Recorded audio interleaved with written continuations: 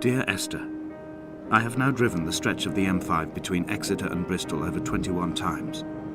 But although I have all the reports and all the witnesses, and have cross-referenced them within a millimetre using my Ordnance Survey maps, I simply cannot find the location.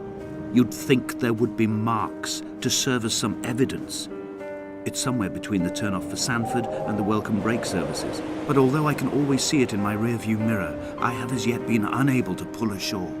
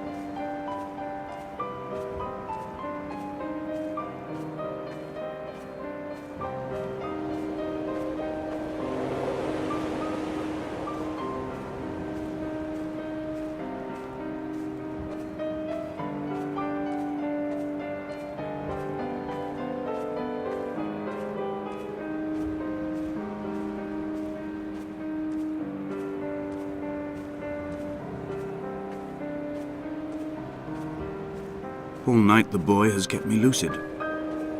I sat when I was at the very edge of despair, when I thought I would never unlock the secret of the island. I sat at the edge and I watched the idiot boy blink through the night.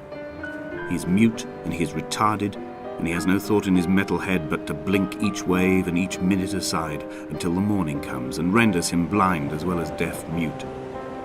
In many ways, we have much in common.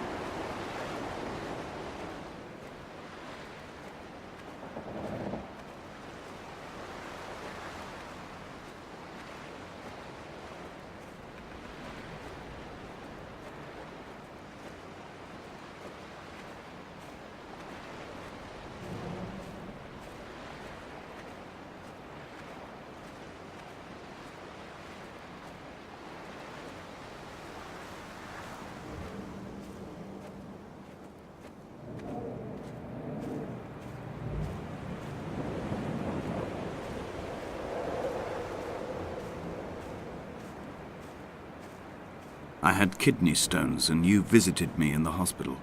After the operation, when I was still half submerged in anesthetic, your outline and your speech both blurred. Now my stones have grown into an island and made their escape, and you have been rendered opaque by the car of a drunk.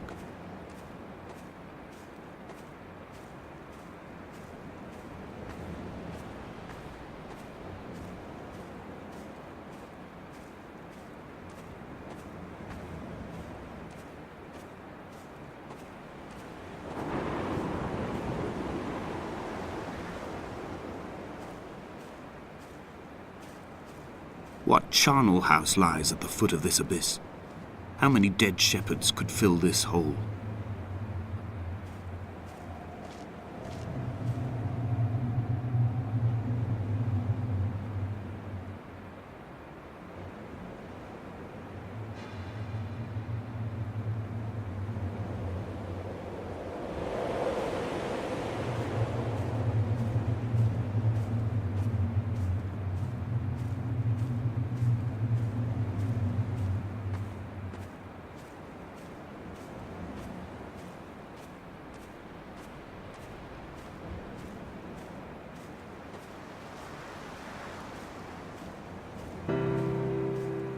I've begun my ascent on the green slope of the western side. I've looked deep into the mountain from the shaft and understood that I must go up and then find the way under. I will stash the last vestiges of my civilization in the stone walls and work deeper from there. I'm drawn by the aerial and the cliff edge. There is some form of rebirth waiting for me there.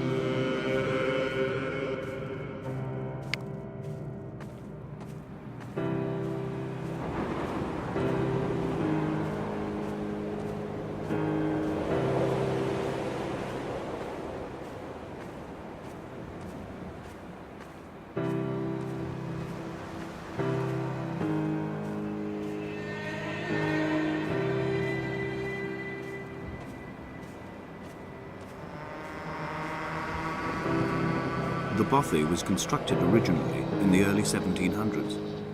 By then, shepherding had formalized into a career. The first habitual shepherd was a man called Jakobsen, from a lineage of migratory Scandinavians. He was not considered a man of breeding by the mainlanders. He came here every summer whilst building the bothy, hoping eventually that becoming a man of property would secure him a wife and a lineage. Donnelly records that it did not work. He caught some disease from his malcontented goats and died 2 years after completing it. There was no one to carve white lines into the cliff for him either.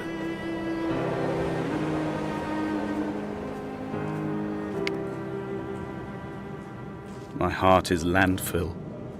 These false dawns waking into the still never light. I sweat for you in the small hours and wrap my blankets into a mass. I've always heard the waves break on these lost shores, always the gulls forgotten. I can lift this bottle to my ear, and all there ever is for me is this Hebridean music.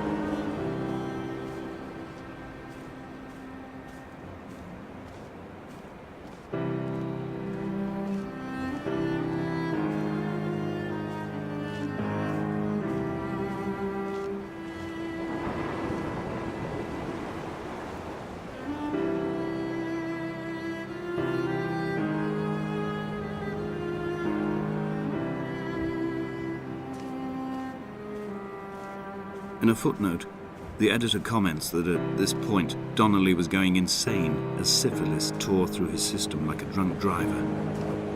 He's not to be trusted.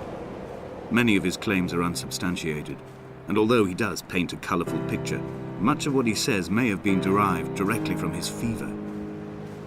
But I've been here, and I know, as Donnelly did, that this place is always half imagined. Even the rocks and caves will shimmer and blur with the right eyes.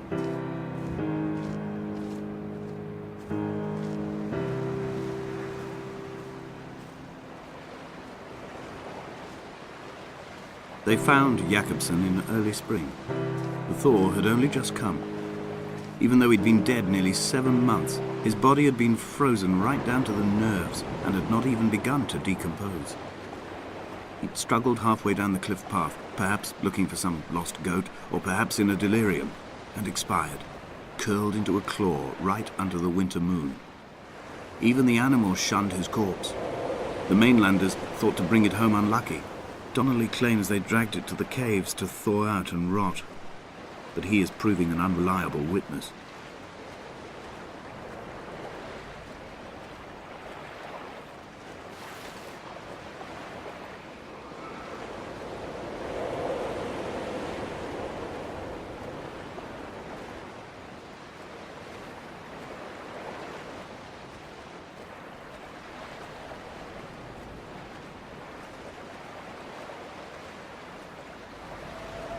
Climbing down to the caves, I slipped and fell and have injured my leg.